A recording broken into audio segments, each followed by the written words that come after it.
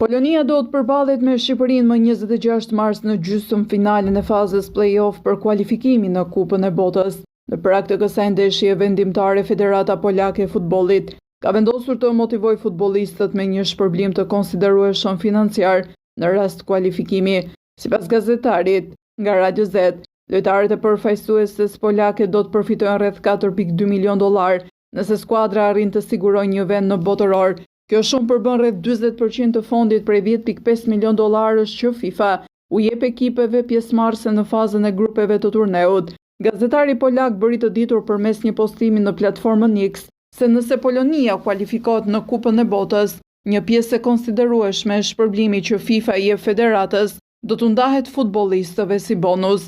Nëse arrin të mposhtë Shqipërinë, Polonia do të luajë në finalen e play-offit ndaj fituesit të përballjes mes Ukrainës dhe Suedisë. Ndërkohë, trajneri i përfaqësuesës polake pritet të publikojë më 20 mars listën e lojtarëve të grumbulluar për sfidën ndaj Shqipërisë.